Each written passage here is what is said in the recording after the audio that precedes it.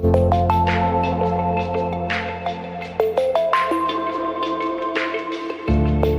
Dear, टेम US classes में एक बार फिर से आपका स्वागत है। चलिए, ये सेशन है हम लोगों के लिए क्वेश्चन और सॉल्यूशन का। तो इसमें सिर्फ हम लोग क्या करेंगे, कॉलिगेटिव प्रॉपर्टी के कुछ कॉन्सेप्ट जो हम लोग सीख चुके हैं उनके क्वेश्चन और सॉल्यूशन देखेंगे। तो आज पहला ये क्वेश्चन हम लोग देखने जा रहे हैं किसके, क्वथनांक में उन्नयन के लिए। क्वेश्चन क्या दिया है, ग्लूकोज के एक जलीय विलयन में 12 ग्राम ग्लूकोज 100 ग्राम जल में घुली है, जिसका क्वथनांक 100.34 डिग्री सेल्सियस है। वह शुद्ध जल का क्वथनांक 100 डिग्री सेल्सियस है। जल के मोलल उन्नयन स्थिरांक की गणना कीजिए। ठीक है, तो करना क्या है, हम लोग पहले तो आराम से इजली सारी वैल्यू को लिख लेना है अलग अलग, जो हम लोगों को इसमें दी गई है। देखिए, इसमें हमारा सॉल्यूट क्या है, ग्लूकोज, फार्मूला C6H12O6। ठीक है, ये जो सॉल्यूट है, विलेय है, इसके दो वैल्यू हम लोगों के दिए गए हैं। एक WB बोले तो भार कितना है, 12 ग्राम, और इसका अणुभार MB, बरछंग 72, और एक हाइड्रोजन का एक 12, 16 से 96, सब जोड़ लेंगे कितना हो जाएगा, 180। देखिए, ये मैंने आपको उसमें दिया है परमाणु क्रमांक के साथ परमाणु द्रव्यमान, मैंने आपको एक शॉर्ट वीडियो में दिया है, आप चाहे तो उसको देख सकते हैं, नोट कर सकते हैं, और यहां से आप सारे परमाणु द्रव्यमान को जोड़ करके अणुभार या निकाल सकते हैं। ठीक है, और क्या दिया गया हमको यहां पर, जल का H2O यानी कैपिटल W दिया गया है। कितना दिया गया है, 100 ग्राम। यहां TB का मान दिया गया है, यानी विलयन का क्वथनांक कितना है, 100.34 डिग्री सेल्सियस। शुद्ध जल का क्वथनांक दिया गया है, कितना दिया गया है, 100 डिग्री सेल्सियस। और यहां से डेल्टा TB का मान हम लोग अगर निकालना चाहेंगे तो निकाल सकते हैं आसानी से। क्या होता है, TB माइनस T0B, मतलब 100.34 माइनस 100 कितना हो जाएगा, 0.34 डिग्री सेल्सियस। और यहां से निकालना है क्या हम लोगों को, देखो, जल के मोलल उन्नयन स्थिरांक की बात कर रहा है, तो KB का मान यहां से हम लोगों को फाइंड करना है। ठीक है, KB का मान। तो ये जो वैल्यू हमने अलग अलग लिखा है, अब हम जरा अपना फार्मूला क्रिएट करेंगे, फार्मूला बनाएंगे जो हम लोग कॉन्सेप्ट में सीखे हुए हैं। तो आइए देखते हैं, डेल्टा TB बराबर क्या होता था, KB into small w into 1000 upon MB into capital W। ये हम लोगों ने सीखा है कहां पे, अपने कॉन्सेप्ट में ये फार्मूला क्रिएट किया है। आप उसको चाहे तो दोबारा जाके देख सकते हैं और देखिए, याद करिए इसको, तभी आपके दिमाग में चीजें रहेंगी, तो आप आसानी से काम कर सकते हैं। अब यहां से क्या निकालना है, KB हम लोग को फाइंड करना है। KB हम अगर बाहर रखते हैं तो KB बराबर क्या हो जाएगा, डेल्टा TB इंटू ये ऊपर चला जाएगा, MB into capital W upon small w into 1000। तब KB बराबर डेल्टा TB का मान हमने यहां निकाल लिया है, देखो 0.34 डिग्री सेल्सियस। MB विलेय का अणुभार 180, कैपिटल W इधर है, जल का भार कितना दिया गया है, 100 ग्राम।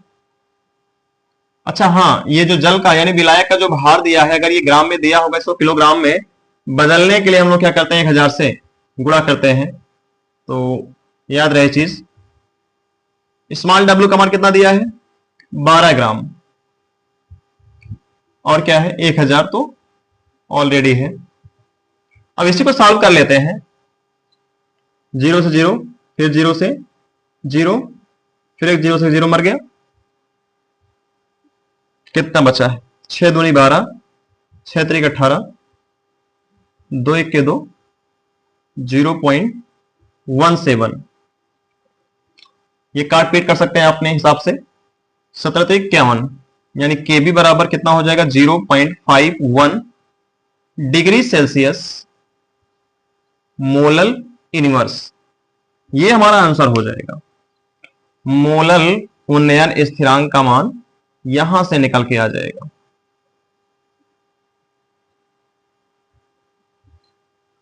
ठीक है, तो आप अच्छे से इसको देख लीजिए एक बार, समझ समझ करके आप इसको, इसके बेसिस पे आप क्वेश्चन अपने पास रख करके उसको सॉल्व कीजिए। ठीक है, हाँ, अदरवाइज अगर कोई इसमें दिक्कत होती है, कोई चीज समझ में नहीं आती, आप कमेंट कीजिए, मैं उसको फिर से उसके ऊपर वीडियो बनाने का प्रयास करता हूं, या मैं कमेंट में अगर उसको आंसर कर सकूं मैं उसमें कर दूंगा, अन्यथा मैं एक छोटा सा स्मॉल वीडियो फिर से आपके लिए उसमें शॉर्ट वीडियो बना दूंगा। एक और क्वेश्चन करेंगे।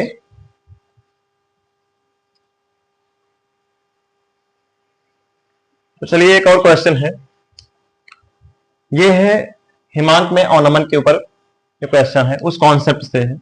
देखिए क्या दिया है, 0.48 ग्राम 0.48 ग्राम कार्बनिक यौगिक को 10.6 ग्राम बेंजीन में घोलने पर हिमांक में 1.8 डिग्री सेल्सियस की कमी हुई, यौगिक का अणुभार ज्ञात कीजिए।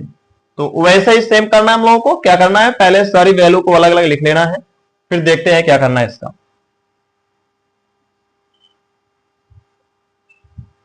पहले क्या है, इसमें कार्बनिक यौगिक कोई है,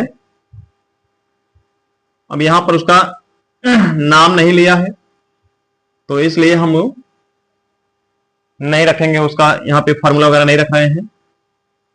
कितना दिया है इसका, डब्ल्यू भी कितना है 0.48 ग्राम, इसका भार इतना है। इसके लिए एमबी अणुभार, यही तो निकालना है, यौगिक का अणुभार यही तो निकालना है।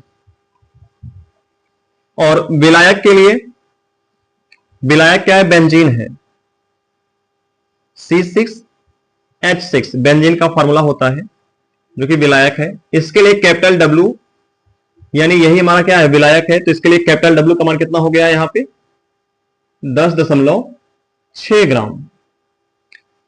और हिमांक में 1.8 डिग्री सेल्सियस की कमी हुई, यानी 1 सॉरी सॉरी, तो डेल्टा टीएफ का मान कितना दिया है 1.8 डिग्री सेल्सियस। ठीक है, और यहां से एक मान हमको और चाहिए, केएफ का मान।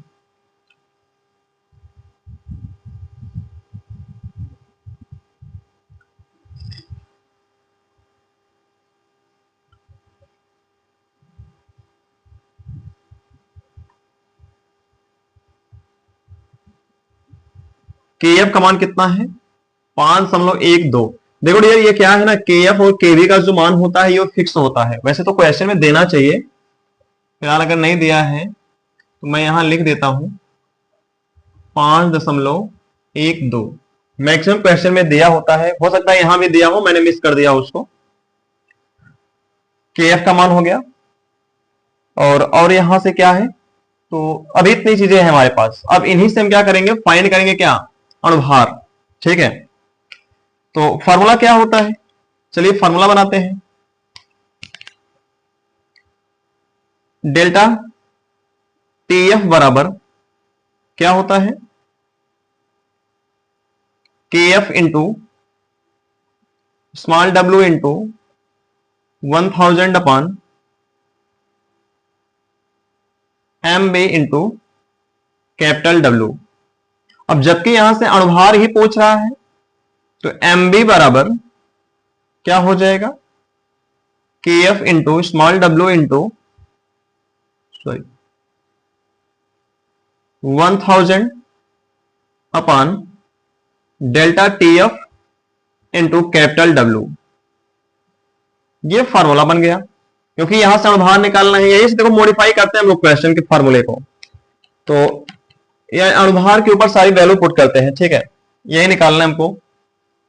एम बी बराबर क्या हो जाएगा, के एफ का मान कितना है 5.12,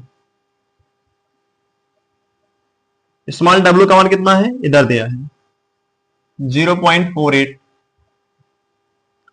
1000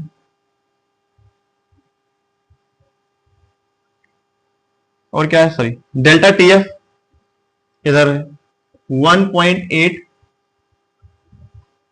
कैपिटल डब्ल्यू का मान कितना दिया है यहाँ पे 10.6 ग्राम। बस इसी को सॉल्व करना है। तो सॉल्व करने के बाद हमारा देखिए क्या आता है।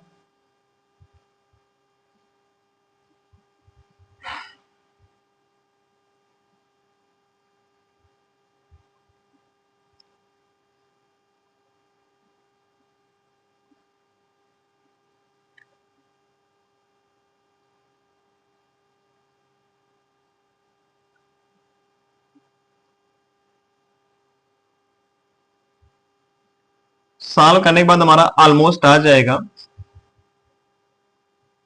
सॉरी, सॉल्व करने के बाद हमारा ऑलमोस्ट आ जाएगा आंसर 125.8। ठीक है,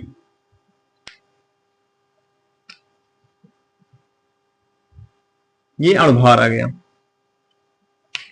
तो आप लोग एक काम करिए, इसके बेसिस पे भी क्वेश्चन करिए। हमने 2 क्वेश्चन आपको बताया, हिमांक में अवनमन के लिए और क्वथनांक में उन्नयन के लिए। तो आप भी क्वेश्चन कीजिए और बेस्ट कीजिए। Thank you.